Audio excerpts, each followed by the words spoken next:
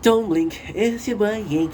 Welcome to the Helicopter Show. Because I'm doing well, because I'm having a wonderful day on this 25th May 2025. Today I bring you a little bit of lore on Trailer Park Boys. This is my way of saying sorry. I would have loved to read this shit dictionary. However, your boy is broke. Oh, before that, I have to text my girl. You don't mind if I text my girl, right? You don't mind? Cool. Hi, mom. No, that's not my girl. Hi, grandma. Not my girl. Yeah.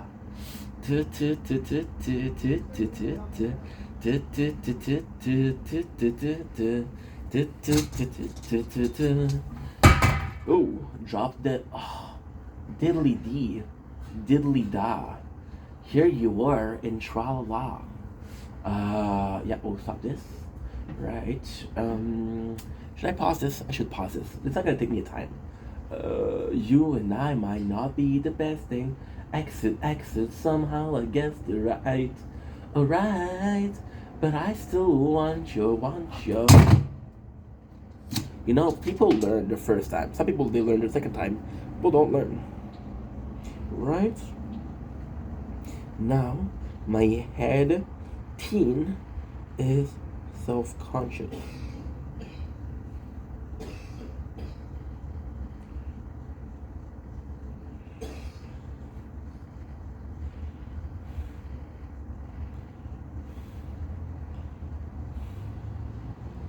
Numb, good cake. So, and we'll add a gift of, where's the gift? Where's the beach? Sticker. And we'll add good soup. Good soup. Yeah. So she's talking about bronzing her tits out. Going to the beach to bronze her tits. And I was like, oh, I wish I had tits to bronze. And from there on, it's kind of like half comedy, half porn. Weird situation. She's not Canadian though. If she was Canadian, we'd be celebrating over a Timmy, some donair, and a poutine. Because I'm sleeping over, you know? I'm sleeping over. I don't know if donair is good the next morning. Truth is, I never had a donair. So because I am not able to give you the shit dictionary, I decided to do a little lore out of it. So the original video was today. We finished season 7 of Trailer Park Boys, and the original video was I am gonna take the season 7, first season 1 to season 7. So the season 1 to season 7 was directed by Showcase, which was a channel that I don't know even if it exists anymore. But it was a channel that was a bit out there, with shows like Kenny vs. Penny, which shows like there was even a porn show.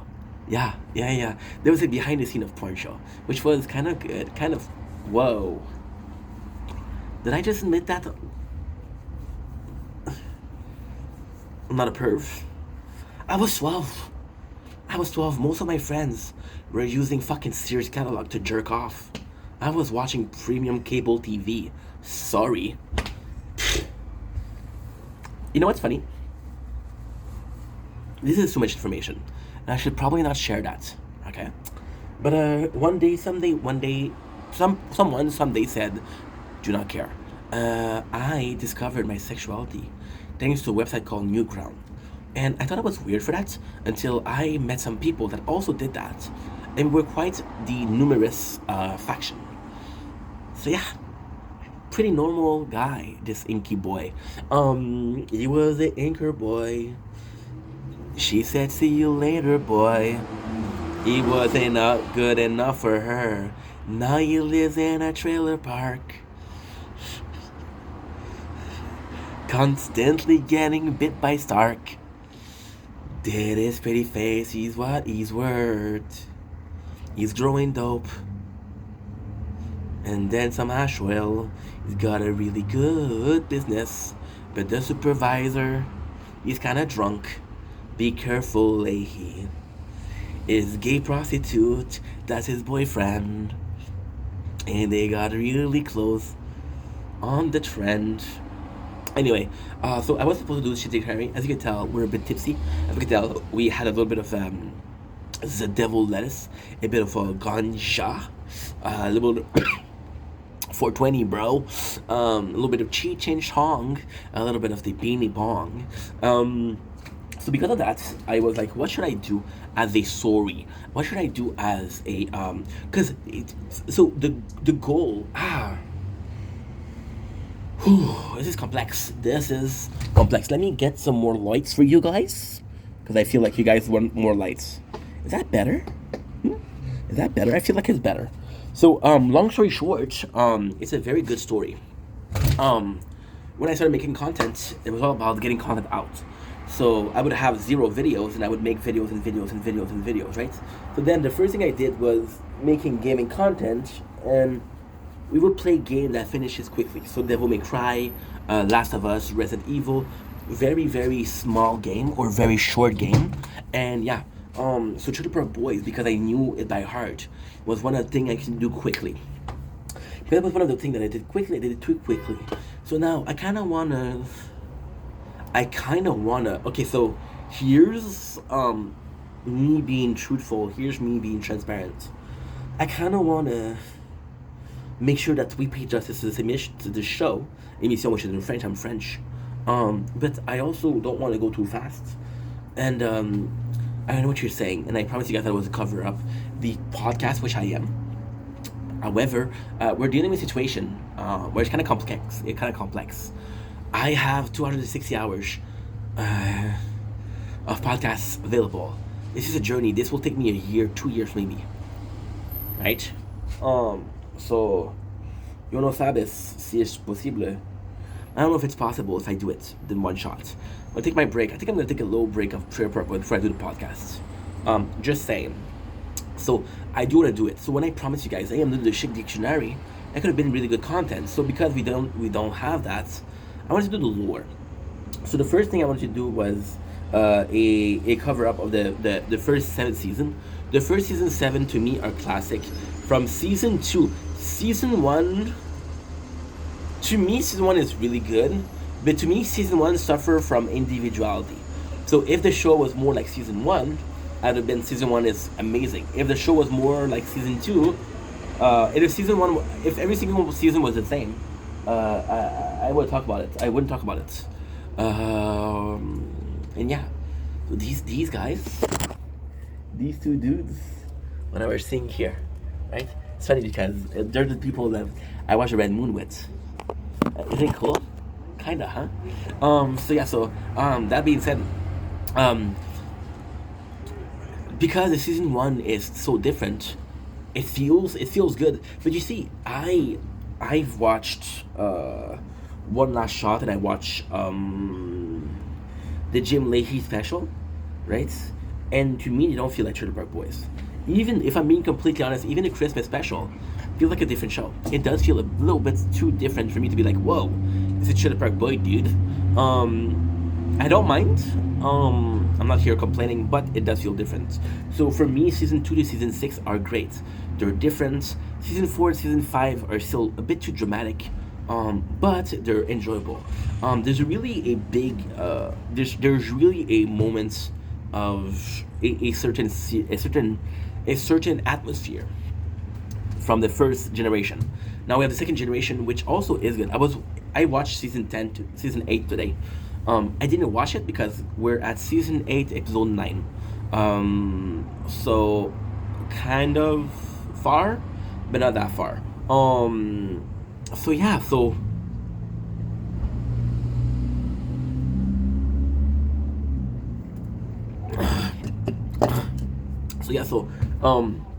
it's better than I remember, for sure.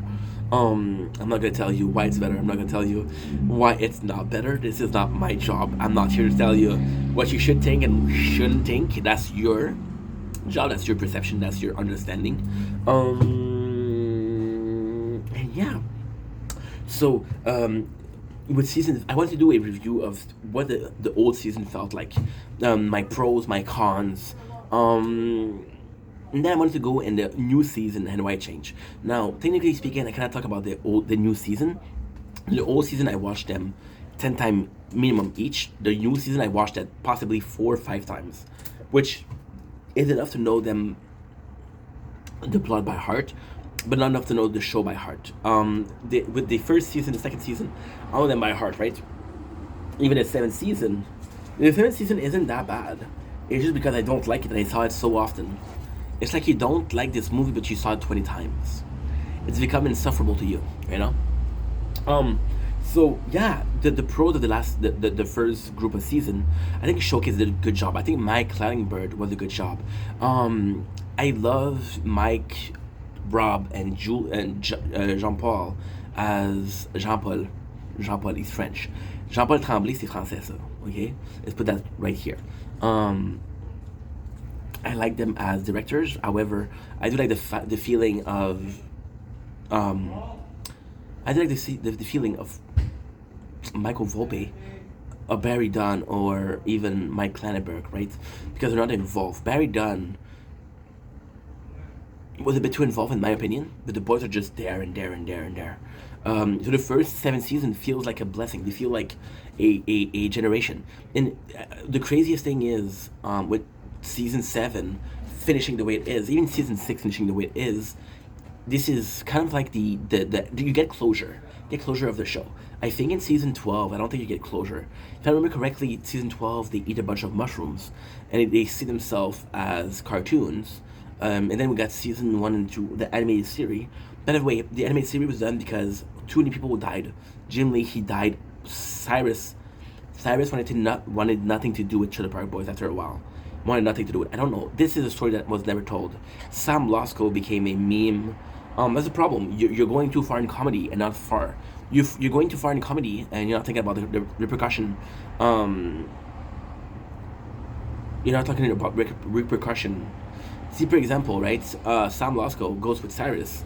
He becomes friend with Cyrus, and then he becomes nice again.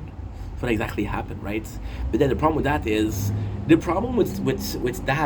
exact same thing with Randy. Randy character is highly dependent on Leahy, right?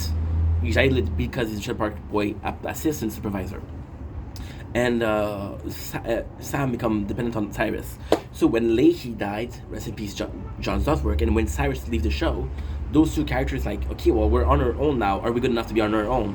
What they did with Randy is actually really good. Put him as a police officer. Put him as this is really good. This is really good because you still Leahy was still around, which is good. But yeah, so you get the whole thing basically. Season 7 felt special. It felt like something. And my opinion, it is very. It's very simple. So you're gonna see. I want to use the Project X dilemma. So Project X was a movie that was filmed in third person. They did the same thing with Blair Witch Project. They did the same thing with Chronicle. They did the same thing with a bunch of shows. And because they did it with so many shows, it became something that was overused, something that oversee. The mockumentary at first was The Office. I think I don't want to. I'm not sure. Please, Trailer Park Boys was Trailer Park Boys was really lucky. Trailer Park Boys wasn't the most popular, or even as popular as The Office. The Office was way better. However, Trailer Park Boys is really old. It's 2002. And The Office. I don't know what year it was, but I know it finishes in 2011, 2012. So yeah, so it was after. So Trailer Park Boys wasn't the perfect timing because if you think about it, there's so many of them. There's Parks and Recs, there's Reno 911, there's Brooklyn Nine-Nine, there's The Office, there's Trailer Park Boys, there's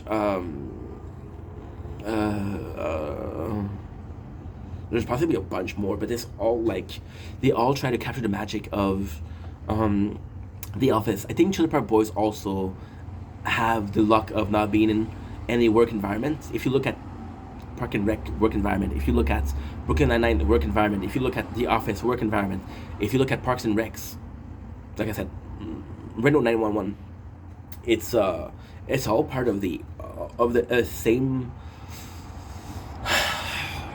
You see, the problem with The Office, the beauty of The Office was it was a paper company. Nobody gives a shit about the paper company. But then the paper company became extremely relevant because nobody was using paper anymore.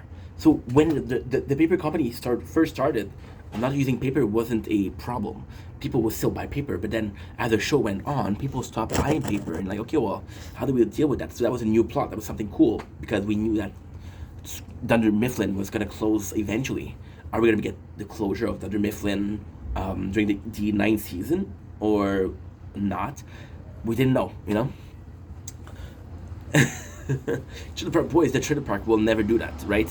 Trailer Park Boys also had a humongous advantage because Trailer Park Boys has an inhabitant that we didn't see. For example, out of the extra, we had Philadelphia Collins. He ended up getting a fucking full-time role.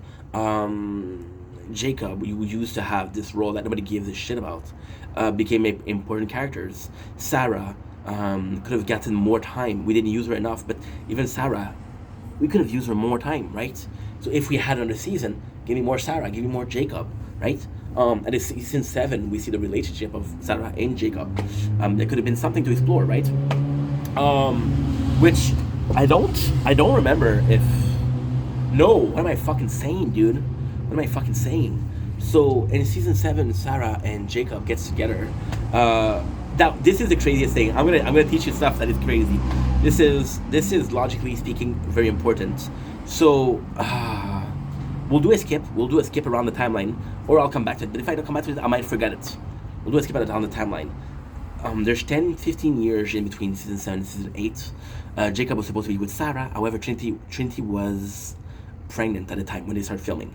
She was very early in the pregnancy. So like, what if we had a character that kind of was from the park? And the funny thing is, they thought about Jacob because Jacob was a fuck up, he was a dummy.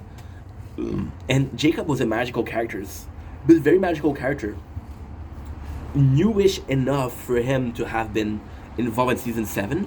Newish enough for us to like him, but not like him a lot. And him and Trinity being together, it's not far-fetched. Because it's dumb, there's a lot of him and Ricky. So when she falls in love with him, she's like, oh, I fell in love with somebody like my dad, you know? Which is something that a lot of women do. I think a lot of men date women that are like their mom, possibly. So if you're 5'4", you're Egyptian, and you make a killing, Morheya. If you cannot handle stress, I'm possibly gonna marry you. Yeah, possibly. With Trailer Park Boys, so it feels very special. The first generation of series feels special because we had a concept that was being explored, but not too much. We had a show that had its own universe. You see, the Trailer Park Boys' biggest flex was the trailer park again. So it's big enough for us to have ample of potential, but it's small enough for us to be like, okay, yeah, I can see. For example, you wouldn't do a Trailer Park Boys with a whole. Oh, I died. You wouldn't do a Trailer Park Boys with a whole city, right? You wouldn't do that. You actually wouldn't do that. However, Trailer Park Boys feels like it. And it's secluded enough for us to be like, okay, well, this is its own city. This is its own set of rules. And then you involve people from other places. For example, Erica. For example, Terry and Dennis. For example, fucking Sam. For example, the police officer, George Green, was in charge of it. You involve people in that, right? And it's kind of cool. And I really do like that. But the 7th first season had this magic. It was about a group of people that were fucking losers, but in a positive way. We got attached to these people. And it's like, it makes you feel part of the park. So it feels like those people wouldn't let the outsider in, but they let you in, so you felt special. There's a big part of it. But there's a magic to it. But season 7, to me, felt like... And the weirdest thing about season 7 is... This is something that you have to be old to remember. The weirdest thing with season 7, it was airing at the same time as Drunken on Drugs. And Drunken on Drugs was the second project with the boys. They even had some celebrities. They had, what's his fucking name? Jay Baruchel, yeah. Which is a huge deal, thanks to the Goonies. I know I shit way too much. But that's because he's episode 7, you want to get into it, Baruchel, of the podcast. And I've watched the first 30 episode 100 time minimum. So with that, now what happened is this Showcase kind of wanted to go away with that. So Showcase actually lost a lot. Showcase, I believe lost Kenny versus Penny at the same time. Wow, I feel like I believe they lost Trailer Park Boys the same as Kenny vs. Penny. It was the biggest show. I think they replaced it with Operation Repo, which was also really good. But yeah, so Trailer Park Boys with season 7, it felt like, okay, we have. I don't know why. I really get. I'm gonna be pushing this ideology. I really get the feeling that season 6 was supposed to be the end. They got renewed for a season, and I feel like they were just like, yo, let's do whatever the fuck we want, right? And that's kind of cool. You gotta respect that. You gotta appreciate the fact that they were able to have this artistic freedom. You gotta love that. Yeah, that's pretty much it. But in most cases, season 7 isn't good. It isn't good. There's too much going on there. And it's just a bad ending. I would have preferred it ending with season 6. But then again, I never saw a show, and that's why I keep on coming back to Trailer Park Boys. People think it's nostalgia. No, it's because there was nothing done with it. Like, there was never something done like this before, right? There was never something done. So, for example, and I don't mean to be talking about other shows, but to me, there's even similarity between Captain Holt, which is Andre, rest in peace Andre, and Michael Scott. Michael Scott started as this almost asshole that has no acknowledgement how much he's hurting others. And then slowly he becomes this nicer person, and slowly becomes this more caring person, right? Or Captain Holt, who is this cold person, but slowly becomes more a warmer characters. There's even this character called Ron Swanson. Ron Swanson started as this cold at the head motherfucker that doesn't want to do shit. But then he gives affection to Andy, he gives affection to April, and he kind of likes them, right? So that's two of the same thing. Trailer Park Boys, I never felt something that was the similar. Also, Trailer Park Boys is a piece of anthology. So the beauty of Trailer Park Boys was it was on a channel called Showcase, and Showcase would take more risk. So, for example, Showcase with Kenny vs. Penny. Kenny was doing some assholey thing. It was doing something that was almost illegal, some really torturous shit to Penny. They would allow it. They had a show about the porn. Again, nobody did that, right? And then they even had Trailer Park Boys, which was promoting drugs back when drugs wasn't legal. Yes, weed is legal nowadays in Canada, but it wasn't always legal, right? So that's also the point.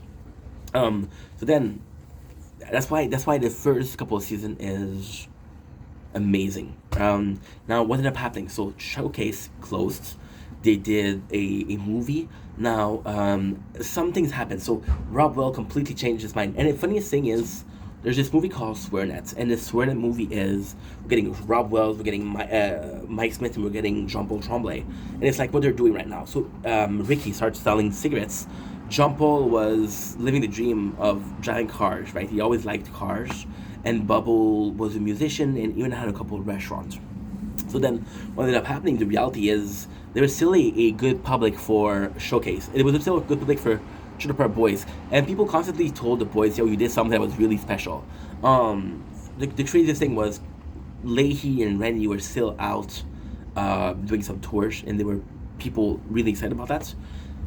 So Trailer Park Boys, the Mike, Rob, and JP, I'll call them MRJ because it's easier. MRJ got together. It's like, yo, what are we doing? The funniest thing is they saw censorship. So what ended up happening was a lot of people got censored. A lot of things, PC culture got involved, and they both, the three of them, they came to a point where like, what are we doing with our life, right? They went to go back to Trailer Park Boys, and they tried to pitch the idea to some companies. Yo, it would work, right? But then the company was like, no, we don't allow the swearing. And I don't remember if, my apologies, I don't remember if Trailer Park Boys SwearNet was before or after legalizing marijuana. I know it was really close because they came out with the movie Don't Legalize It. It was really, really, really, really close. So yeah, so the boys, they couldn't get a job, and they said they started our own network. So they got Pat Roach, which plays Randy, and then they were like, we're gonna do this. The problem with SwearNet was they had these many shows. It was The Drunken on Drug. It was Liquor Story with Leahy, which was really good. The only thing that really worked though was, had Swear News, they had Swear Sports, where they would swear, and the thing is, it's on the internet, so there was not laws against swearing. but Trailer Park Boys was still the most popular. So then they start doing season 8, season 9, season 10, and the rest is history. Netflix picked them up. So what ended up happening was a really cool thing. SwearNet was in charge of production, and Netflix would buy the would buy the season. So the production was still to the SwearNet. Now it's a problem because Netflix could have been like, "Yo, we don't buy your season." So the way they worked was SwearNet would charge you a monthly fee to watch the shit, and this is how they would pay their actors, pay their shit, right? And it's really cool because they took a bunch of people that were from the original team. They took a bunch of people like Shipper. They take what is his fucking name? The Supercat. I forgot his name. But they took him, and they were like, "Yo, get over here," and he was there since day one.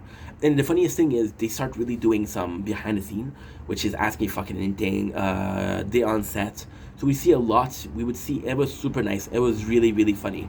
Those are the golden years of Trailer Park Boys. The golden years wasn't even the first couple of years.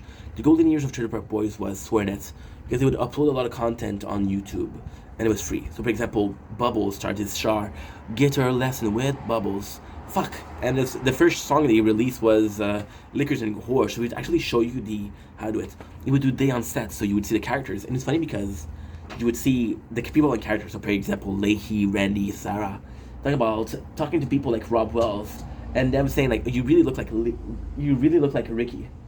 And Rob Wells was like, "No, I don't look like this fucking asshole," which is super funny. I'll just have to charge it.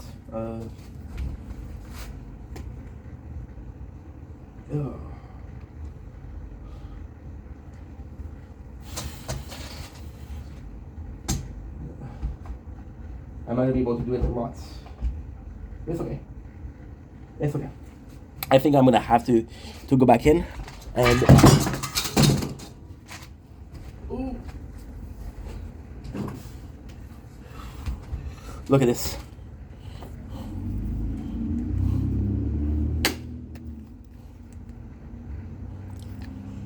Yeah. Good.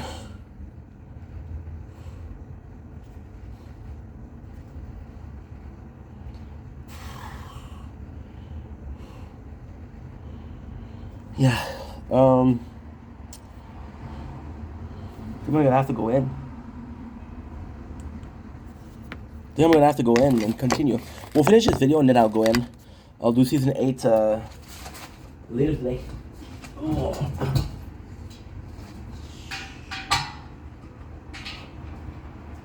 I cannot be good to the phone. Fuck. That was the golden years of Trailer Park Boys though. That was the golden years. The golden years was how much footage they did. It was just perfection. It was just the way to do things. Nobody did it like they did. And yeah, I miss it. Give me a sec. Fuck. There you go. And I miss those previous years. Because, and I like the boys a lot, right? But SwearNet was such a special thing. They put in so much effort. SwearNet was able to take internet by fucking storm. By doing 3 things. Having a following from previous season from the past. Check. They were able to do so much. Putting a lot of content out. It was really worth it. And the fucking thing is, I just checked the price. It was $4.20 per month, which is nothing. And then they started doing tours. Right now, if you look at the boys, yes, they have the chips, they have the hot sauce, they have so much, but they don't take care of their YouTube anymore, right? And it's a shame because the Trailer Park Boys, technically speaking, you cannot complain. They put out 260 hours of podcasts. They put out 14 seasons of content. They put out some special. They put out some live, some Netflix special. They did a lot. There should be enough content for a lifetime, but you still want content. You still want your boys, you know?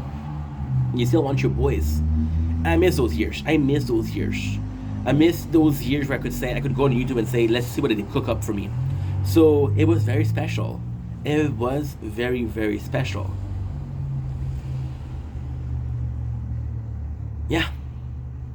It was very special, and I guess I miss it.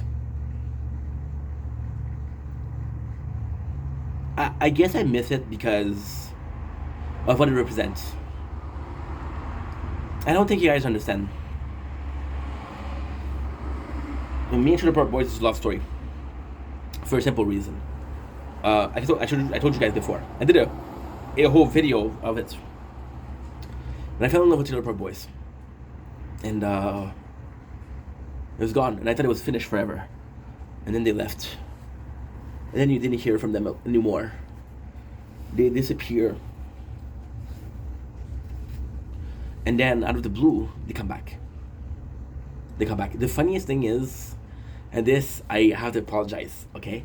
I was looking. So the craziest thing they did, Trailer Park Boys, which was really really smart. They left the YouTube the season on YouTube, so you can watch the season for free. You didn't need the DVD, didn't need shit, right? So they left it there, and then when they did the show, they started copywriting stuff, and that's normal. That's normal. And then even then, we don't know if it's them or Netflix that did it. So that's completely normal. Now, the beautiful thing that happened is, when they got out of YouTube, I wanted to find the season again. So I went to Google, and then when I found the Trailer Park Boy podcast, and to me that was phenomenal. That was phenomenal. I've been listening to it every single week for 7 years, 8 years. That's because I took a break. I was watching it. I was listening to it when I started working. When I wasn't working there, I was working at a company that was disgusting. I had a really bad time there, and it saved me. You see, imagine your favorite show leaves, and then it come back. The problem with shows nowadays, and that's a huge problem. The problem with shows nowadays is that it's always remake. It's always remake. So, for example, they're doing a remake of Harry Potter, right? Don't give me a remake. Give me a second generation. It's always fucking remake, and it's annoying.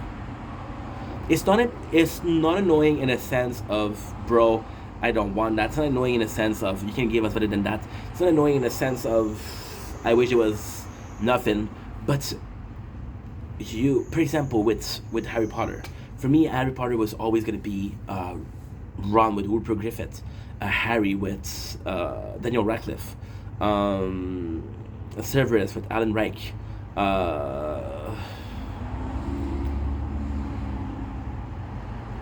Hermione with Emma Watson. I was looking for it because in French we say Hermione.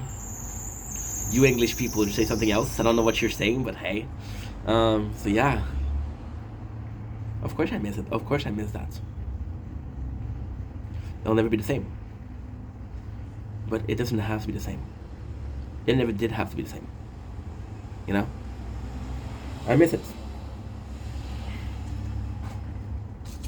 I miss the boys. And now, I'll be completely honest, the boys are old as fuck. In 2002, they were possibly in their 30s. And they're in their 60s, you know. There's a thing with shows that last for a long time. There's a thing. You see John Dunsworth dying of natural causes.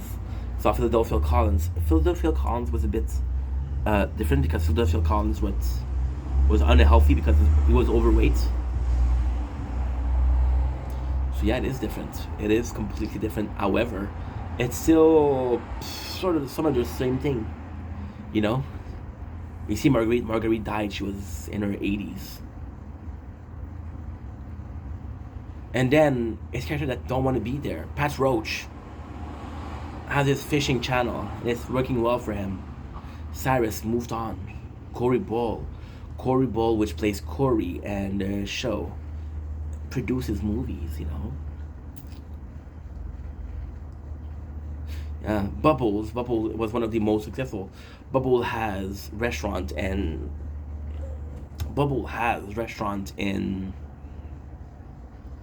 Restoration, right? Restaurant in North Scotia and Restoration. What a fucking dummy.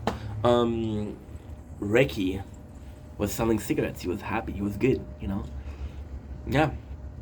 I miss it. It's growing up. Growing up. People think that reunion shows are so fucking cringy. Think about a reunion season. Think about a season 2 reunion series. You know? Yeah. It's a damn shame. Anyway, let's go in. It's cold outside. I'll see you guys very soon. We'll do season 8 totally. That, my friend, is a promise. Love you guys. Take it easy. Peace.